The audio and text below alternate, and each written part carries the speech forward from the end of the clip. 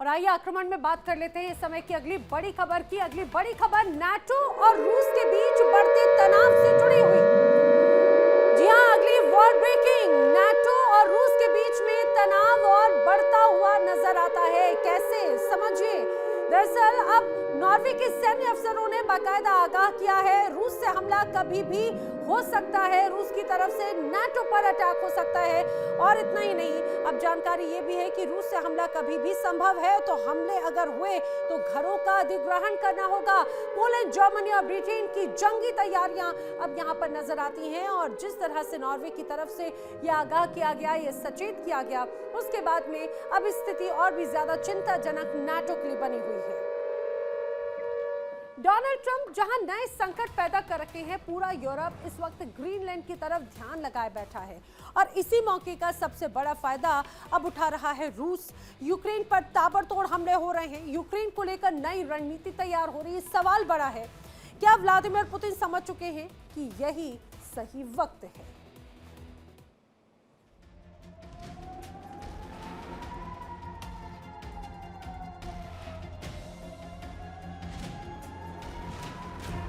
Trump की बयानबाजी, Greenland को लेकर उनका रुख,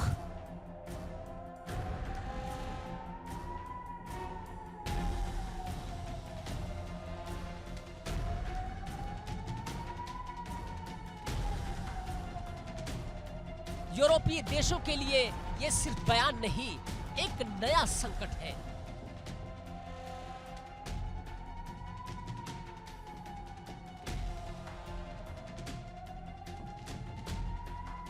नतीजा ये हुआ कि यूरोप का ध्यान यूक्रेन से हटकर अपने भविष्य और अमेरिका के इरादों पर ज्यादा केंद्रित हो गया है।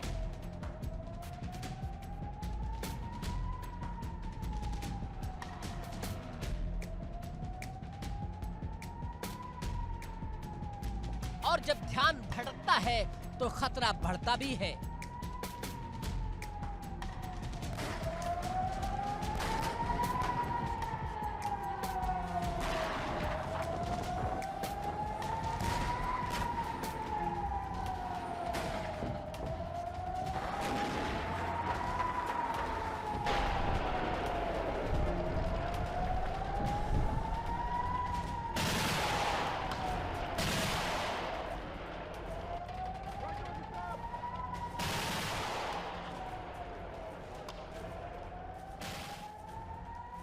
यही वो पल है जिसका इंतजार मॉस्को कर रहा था।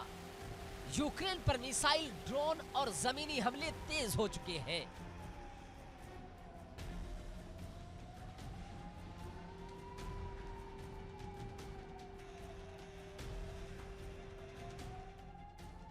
रूस की रणनीति साफ दिखती है, दबाव बढ़ाओ, थकाओ और जमीन पर काबिज होते जाओ।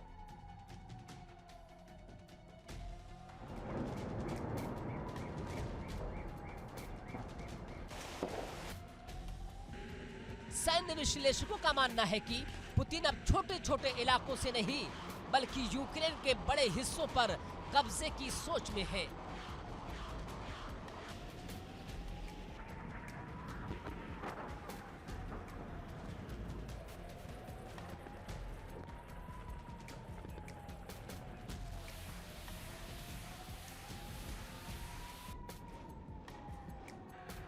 इंफ्रास्ट्रक्चर पर वार, ऊर्जा सिस्टम ठप और सप्लाई लाइन पर हमला है।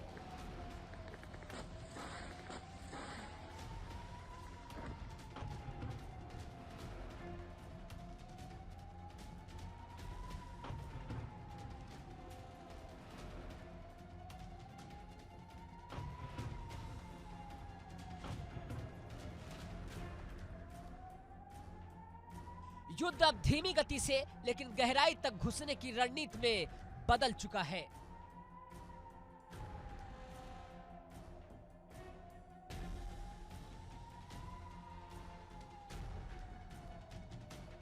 लेकिन कहानी सिर्फ यूक्रेन तक सीमित नहीं।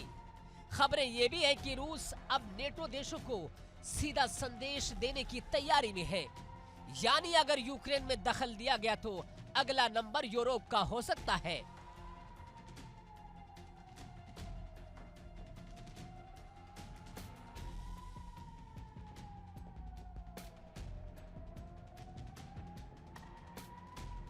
सूत्रों के मुताबिक रूस का पहला संभावित निशाना पोलैंड हो सकता है।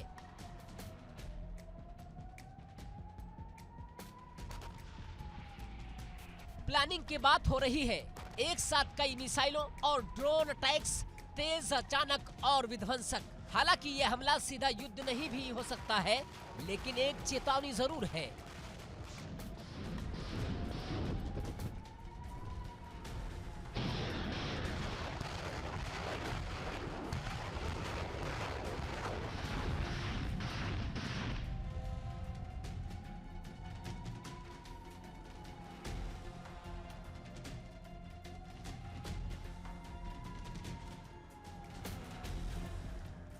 पोलैंड यूक्रेन का सबसे बड़ा सपोर्ट सिस्टम है। यहीं से हथियार, लॉजिस्टिक्स और सप्लाई होती है। अगर पोलैंड को डराया गया तो यूक्रेन अपने आप कमजोर होगा। यही रूस की डबल स्ट्राइक रणनीति है। तो सवाल उठता है, क्या पुतिन एक साथ दो निशाने साध रहे हैं? यूक्रेन में जमीन पर कब्जा और यूरोप को ताकत का प्रदर्शन।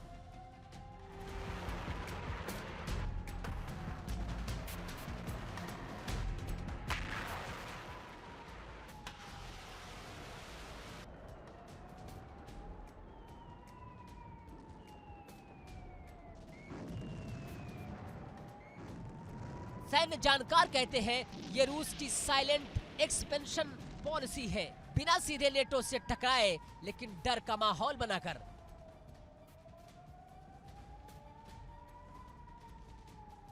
नेटो के सामने सबसे बड़ी दिक्कत यही है, अगर हमला हुआ तो जवाब देना पड़ेगा, या जवाब दिया तो सीधा यूरोप रूस युद्ध होगा।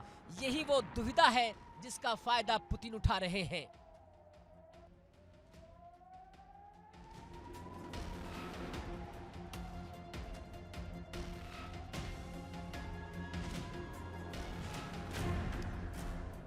अमेरिका उलझा हुआ है, यूरोप बटा हुआ है, यूक्रेन थका हुआ है और रूस पूरी तरह तैयार बैठा हुआ है। इतिहास बताता है पुतिन हमेशा मौके की राजनीति करते हैं और फिलहाल मौका उनके पक्ष में जाता दिख रहा है।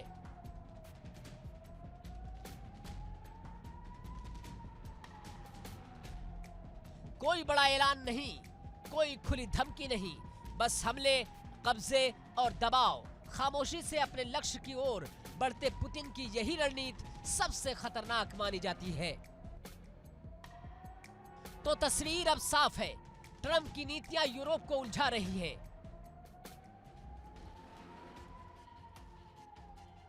और उसी उलझन में रूस अपना खेल खेल रहा है। यूक्रेन पर तेज हमले, यूरोप को डराने की तैयारी। सवाल यही है, क्या दुनिया इस खतरे को समय रहते समझ पाएगी?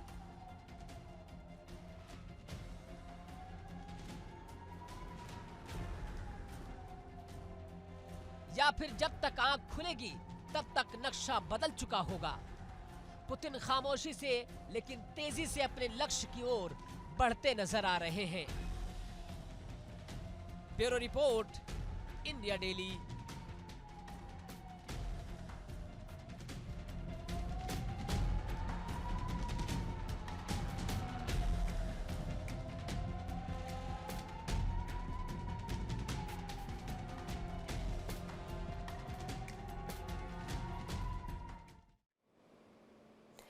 दुनिया इस वक्त बारूद के ढेर पर खड़ी है और उस बारूद में अब माचिस लगाने की बात खुलकर होने लगी है। नेतन्याहू ने 2026 को लेकर ऐसे संकेत दे दिए जिससे तेहरान से लेकर वॉशिंगटन, मॉस्को और बीजिंग तक अब अलर्ट पर जा चुके हैं। नेतन्याहू ने साफ कहा है कि ईरान पर ऐसा हमला होगा जिसकी उसने कभी कल्पना भी नहीं की होगी, और अगर कल्पना करेगा तो रूह कांप जाएगी। सवाल है, क्या 2026 में मिडिल ईस्ट का सबसे बड़ा युद्ध होने जा रहा है? क्या इजराइल की पूरी एयरफोर्स ईरान पर टूट पड़ेगी? क्या तेहरान को गाजा जैसा बनाने की तैयारी?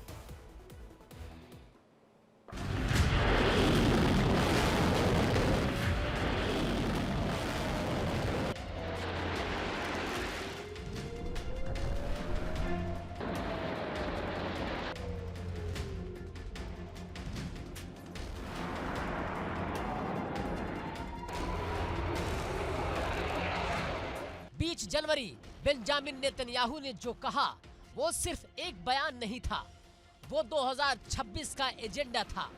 एक चेतावनी, एक ऐलान और शायद एक युद्ध का ट्रेलर। नेतन्याहू ने साफ शब्दों में कहा कि ईरान पर इस बार ऐसा हमला होगा जिसके बारे में उसने सोचा भी नहीं होगा, और अगर सोचेगा भी तो रूह कांप जाएगी।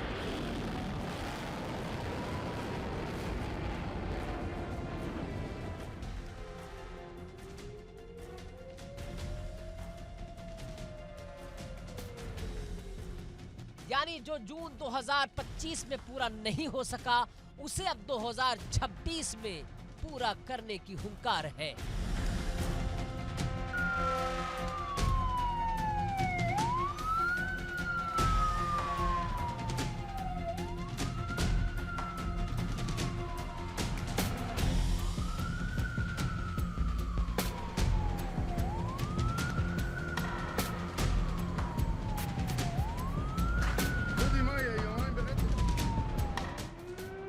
जून 2025 जब पश्चिमी एशिया सांस रोककर देख रहा था, इजराइल ने ईरान पर अब तक का सबसे बड़ा एयर ऑपरेशन किया। करीब 200 फाइटर जेट, लंबी दूरी मल्टीवेव अटैक, ईरानी ठिकानों पर सटीक वार।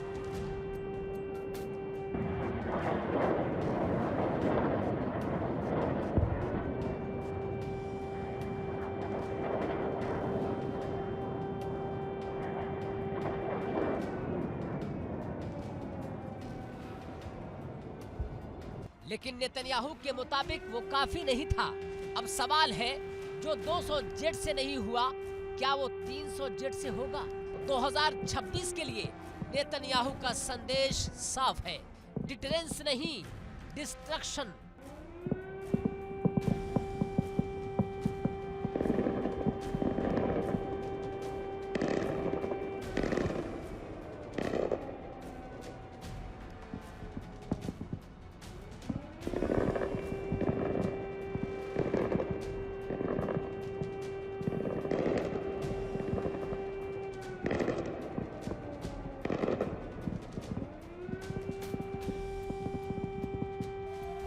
इजराइल की वॉर फैक्ट्री 24 घंटे 7 दिन फुल स्पीड पर काम कर रही है।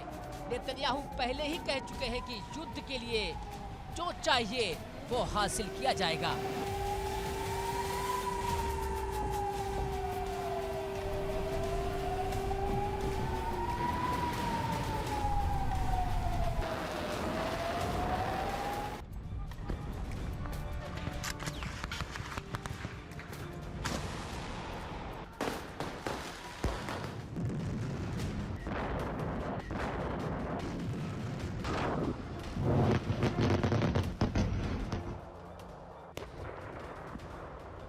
मतलब हथियार, जेट, मिसाइल, इंटेलिजेंस, सब कुछ।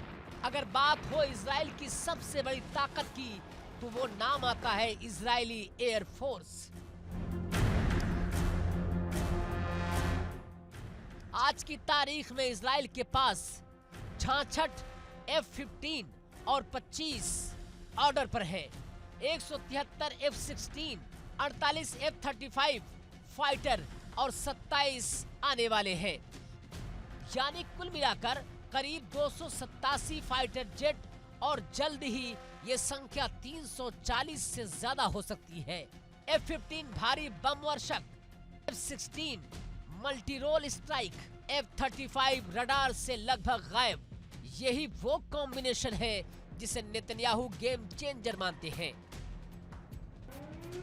रिपोर्ट्स और इजरायली संकेत बताते हैं 2026 में अगर हमला हुआ तो 300 से ज्यादा फाइटर जेट एक ही ऑपरेशन में इस्तेमाल हो सकते हैं।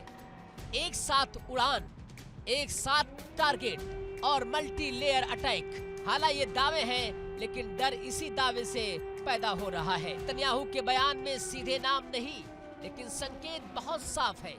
तेहरान, शिराज, इस्फहान, कुम, मशहद और सबसे बड़ा नाम तेहरान। ईरान का दिल, राजनीतिक सत्ता का केंद्र, सैन्य कमांडर का हब है। सवाल उठ रहा है, क्या नेतन्याहू तेहरान का हाल गाजा जैसा करना चाहते हैं? या ये सिर्फ एक साइकोलॉजिकल वॉर है?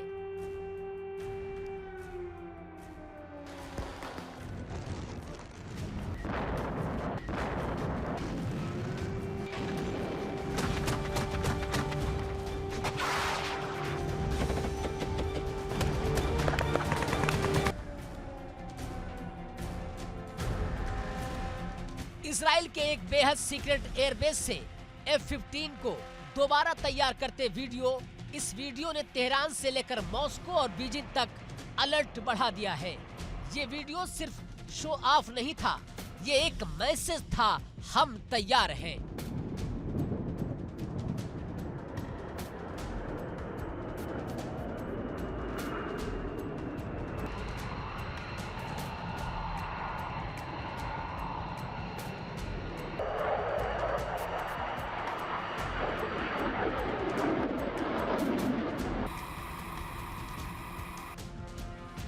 बीच में फंसे हैं ईरान के supreme leader Ayatollah Ali Khamenei, और खामनेई भी कह चुके हैं कि अब यलगार होगा। ईरान का दावा है अगर हमला हुआ तो जवाब भी इतिहास में दर्ज होगा।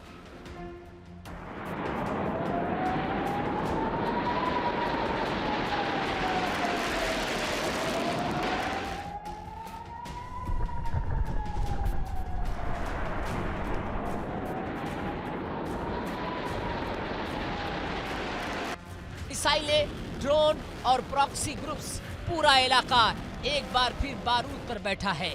सबसे बड़ा सवाल, क्या इजराइल अपनी पूरी एयरफोर्स ईरान के खिलाफ झोंक देगा? सैन्य जानकार कहते हैं यह आसान नहीं है। ईरान कोई गाजा नहीं, ये एक बड़ा देश है। मजबूत एयर डिफेंस के साथ युद्ध हुआ तो सिर्फ इजराइल ईरान नहीं रहेगा, पूरा पश्चिमी एशिया इसकी आग में झुलसेगा। तो क्या नेतन्याहू 2026 में ईरान इजराइल युद्ध की सबसे बड़ी पिक्चर रिलीज करने जा रहे हैं, या ये सब दबाव बनाने की रणनीति है? फिलहाल हकीकत ये है, तीनों देशों में युद्ध का बारूद सुलग रहा है।